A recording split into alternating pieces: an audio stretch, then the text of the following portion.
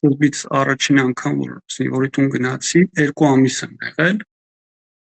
շատ լավ էի պարապում ու ինչ որ փոփոխվել է, այդ ընթացքում է փոփոխվել։ Հետաքրքիր, այսինքն դուք ուր էլ գնացել եք զինվորի տան պայմանների նման մեր հիվանդանոցներում չի եղել։ Կարմիր խաչը ինչ-որ մեր սովորացրեց, ճիշտ է, թույլ էին աշխատում, այնտեղ քիչ այլ էր, իսկ զինվորի տունը համ որպես վճարովի, համ էլ իրանց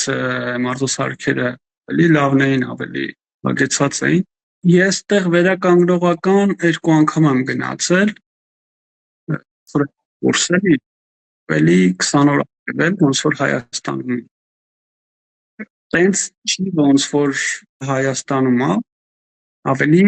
վատ է, այսինքն ժամկետ 30 րոպե, ահա 30 րոպե, իսկ Հայաստանում 45 րոպե է։ Մեկը աշխատում է, բայց անհատական են աշխատում։